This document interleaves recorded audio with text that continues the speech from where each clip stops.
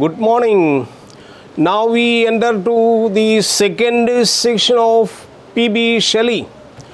Now, the last class I described his biographical sketch, how he began to be a writer, how he went to Oxford and made friends with so many other poets, and what all the important poems that he had written.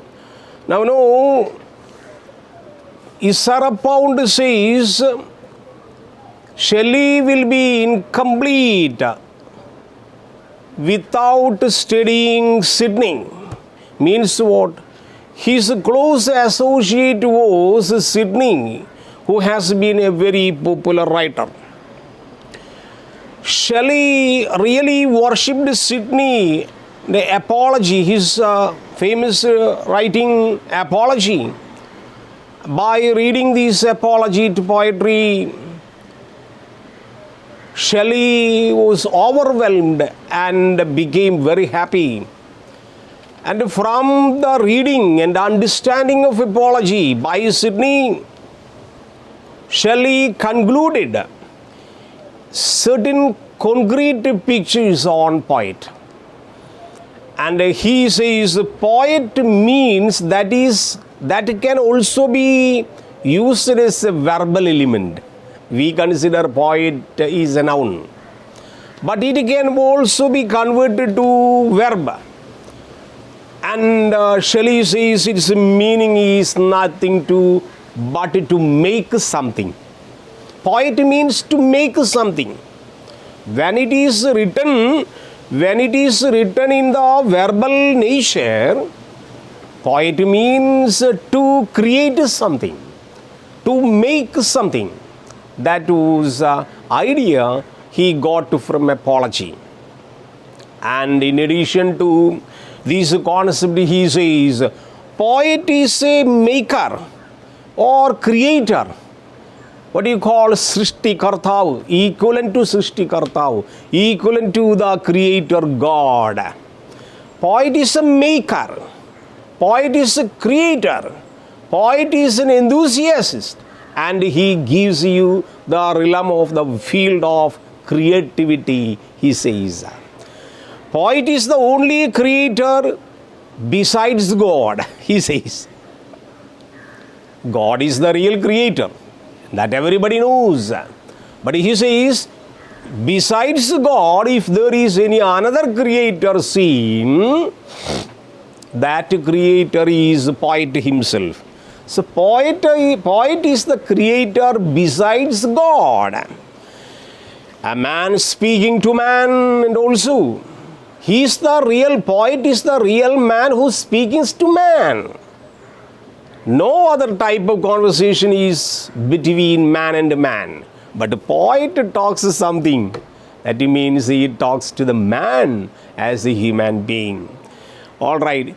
The teachers of religion, and they are real poets, are the teachers of religion. They promulgate, they give a religion. So poets can be considered as teachers.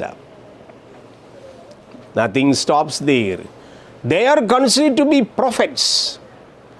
Prophets. Prophets were considered to be the communicators between God and human beings. Earlier, even the Greek mythology, we find so many prophets.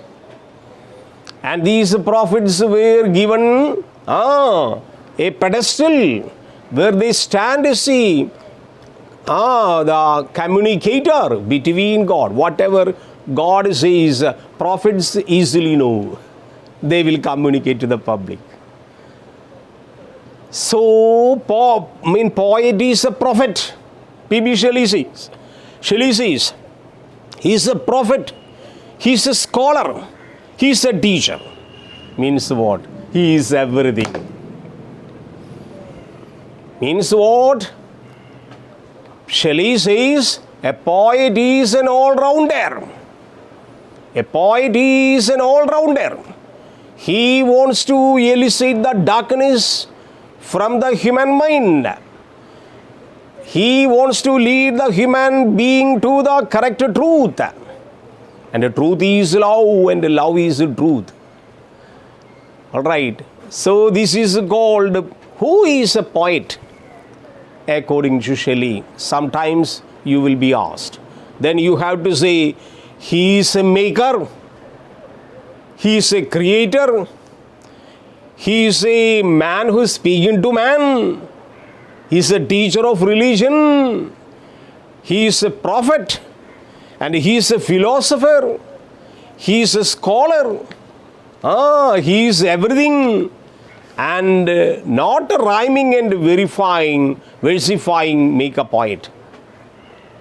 Shelley says, it doesn't mean that a poet writes some lines which have a rhyming scheme may not make a real poet. But a real poet is like a prophetic in nature. Rhythmical expressions needed, he admits. Rhythmical expression needed, but it is not only making him a poet, but he should be in prophetic nature. Both accept normal. Shelley is most sympathetic creature of study of nature, and he wants to give much value of the poetry. Now we slowly come to the theory part.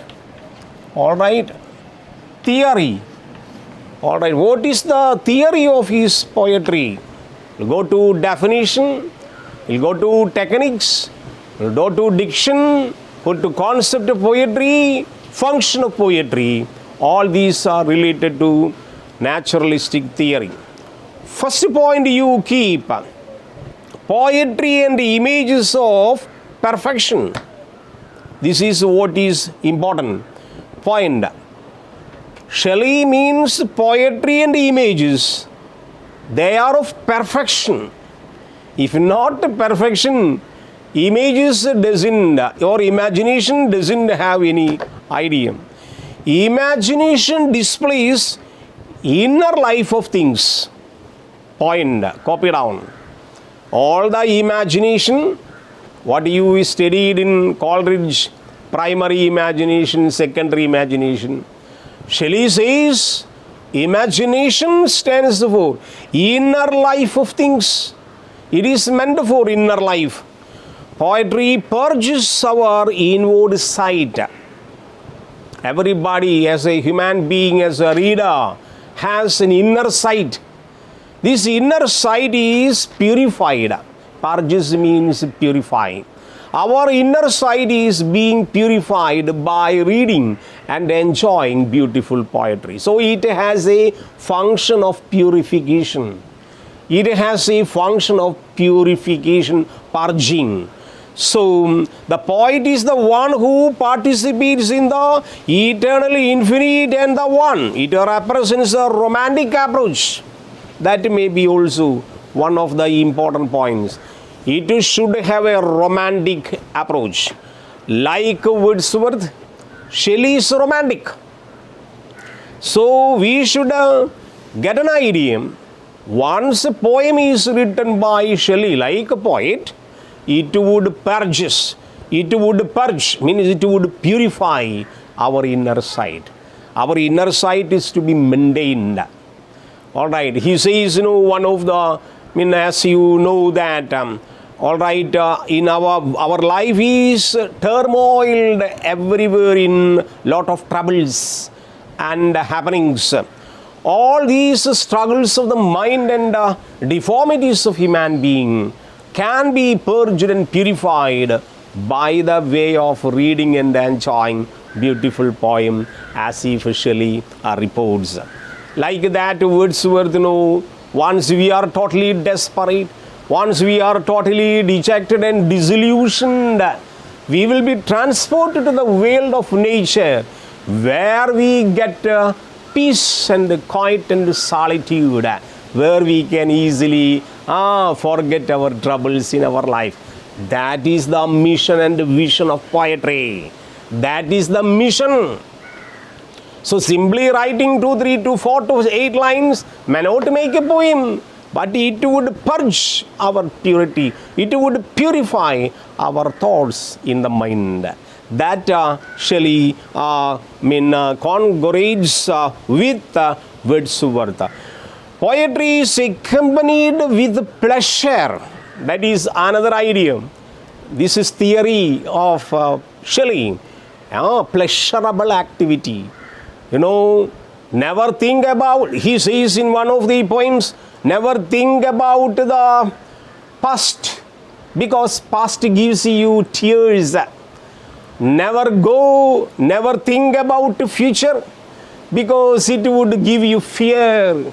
But you live in the present, it would give you cheer. All right. He says in one of the famous poems, Prometheus Unbound, what is written? 3 concepts. Never think about the past, because it would give you tear. Never think about the future, because it would give you fear. You think about the present, it would give you cheer. Like that. Cheer. Pleasure is the motto, mission of the poem. Presently you live with pleasure. The moment you live in the world which has pleasure, never think about the past, what happened in your life. Never think about the future, that you are going to be died or going to be murdered or going to be meeting an accident. No, it would give you only fear and fear and fear. But you try to be in cheer, live in the present, that would make you cheer, happy. This happiness is the real mission and vision of the poetry as per our Shelley. So poetry is accompanied by or accompanied with pleasure. With pleasure. A poem is that we already discussed. It is like a nightingale sits in the darkness, sings very beautiful song for even its own pleasure. So poetry is like that. A poet is like a nightingale, gives you lot of songs which gives you pleasure. Poetry is stronger than the moral nature of man. So nature and the concept of poetry, that we have to think. So what is the poetry? Who is a poet? That has been discussed in the theory part of his treatise, defense of poetry. Now next we go to poetry and language. All right, poetry and its language. Poetry and its language. Coleridge says, Wordsworth says first, what is a poem? Spontaneous overflow of powerful feelings recollected in tranquility. It originates from its recollection of tranquility. The best word in best order, Coleridge reports. The same way, what is a poem? Or Shelley says, poetry is not an invention. It is not an invention. By the way of hereditary life, poetry was there. That is why what is written in language is poetical. What is written in language is literature.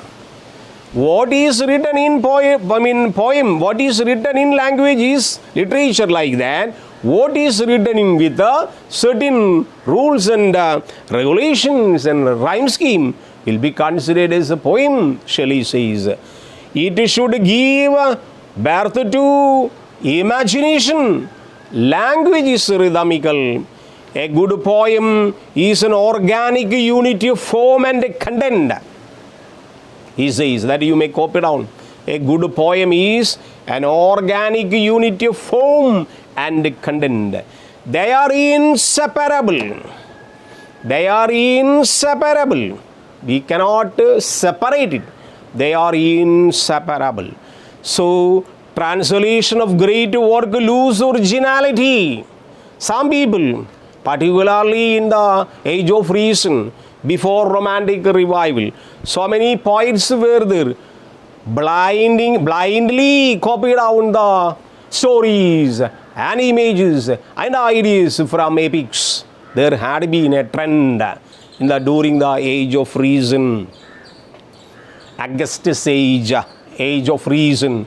But during the Romantic Revival, particularly in 19th century, headed by Wordsworth and Coleridge Shelley, they wanted to show you, they wanted to give the public originality. So they don't want to copy down from others. So translation of great work always loses its originality. Poetry and its beauty now goes to another theory. Poetry, all right, beauty, all right, they are another concept. So these are the ideas coming under the concept of poetry. So poetry and beauty. It is not a dull activity. Never think writing poetry is a dull activity. No, it is not a dull activity. It is an activity of originality.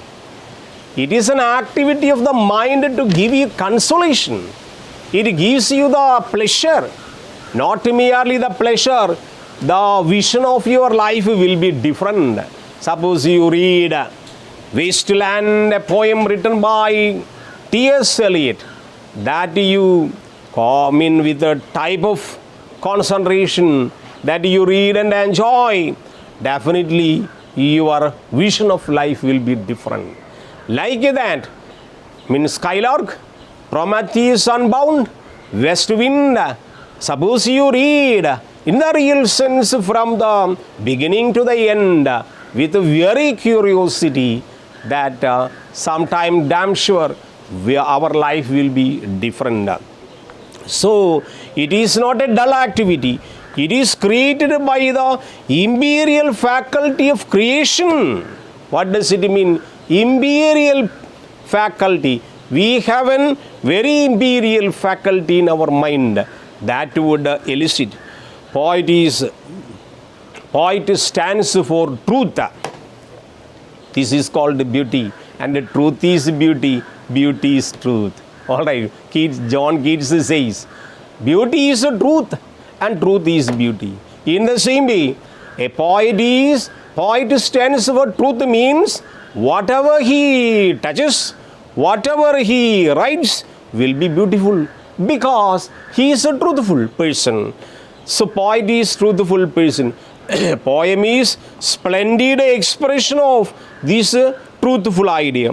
Poetry builds a beautiful world for you. Wherever, whenever you read a poem, all right, it would create another world for you. It exalts everything beautiful. It exalts. Just like you go to John Keats, all right, Ode to Autumn.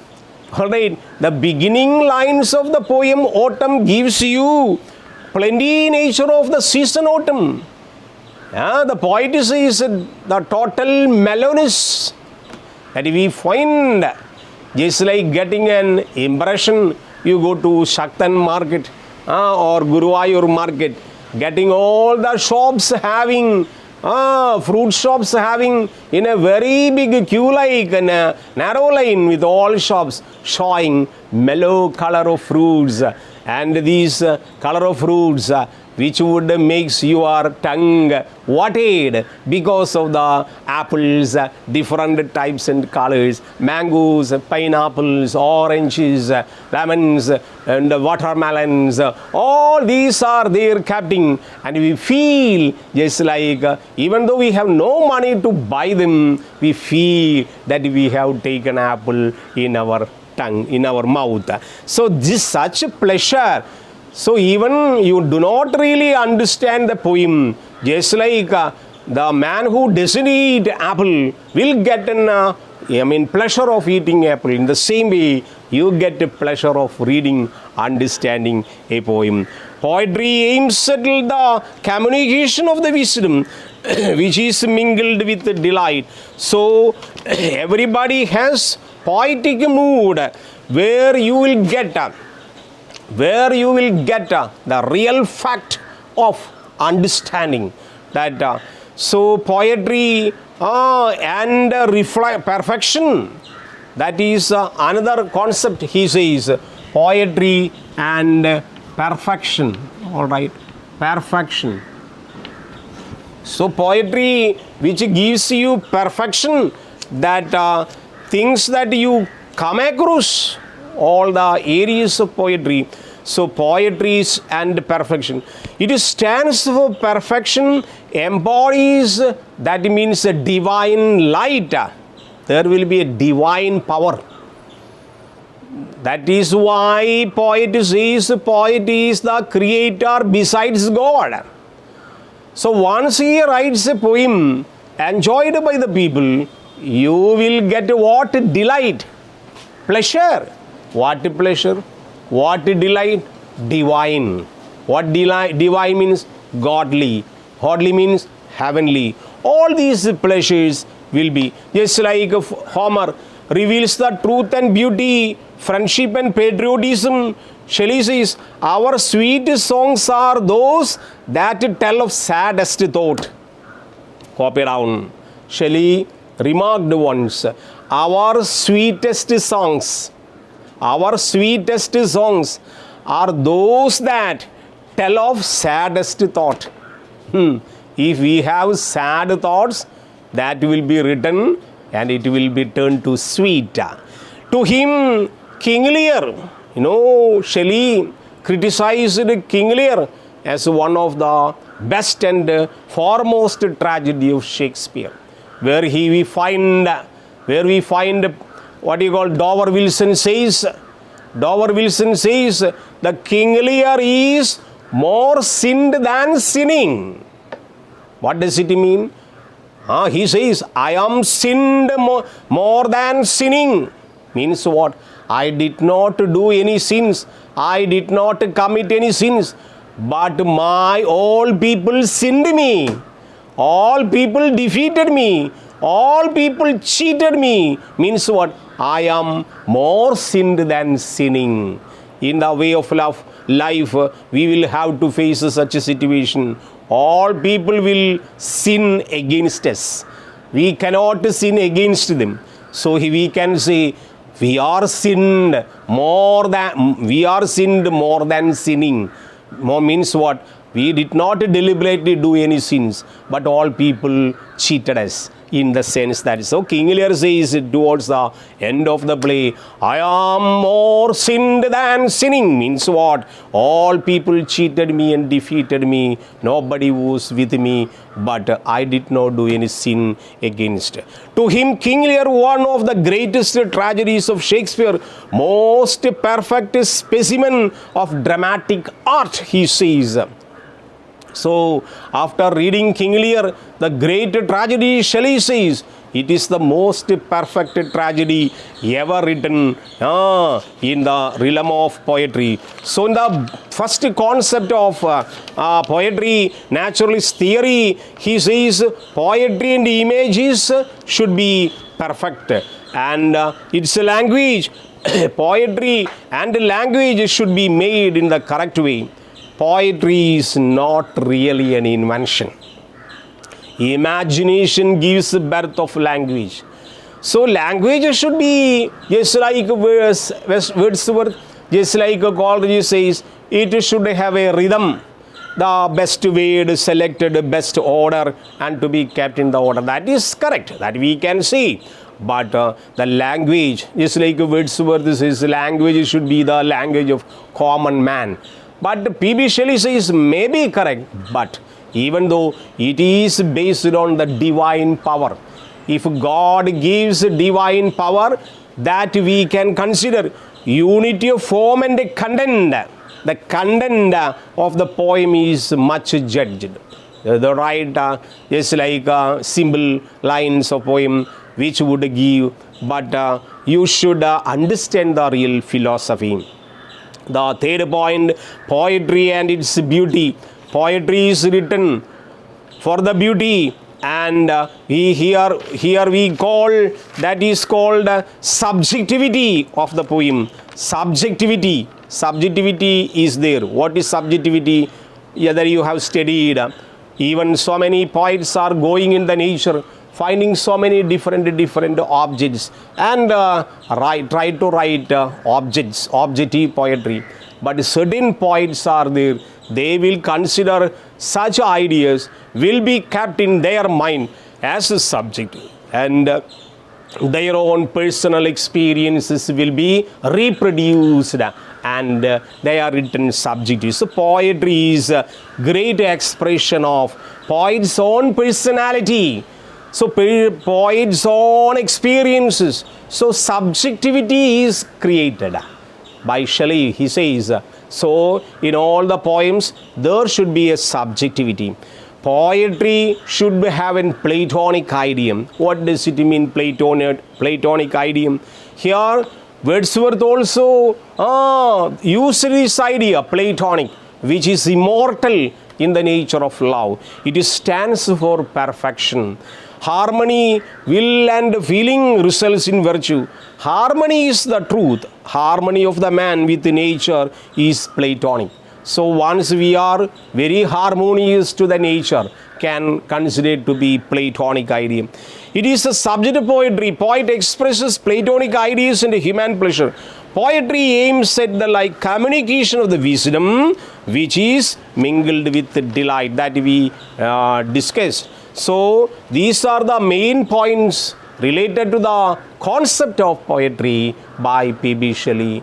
We will come with yet another concluding part of P.B. Shelley in the next class. Till that moment, wish you all the best. Goodbye.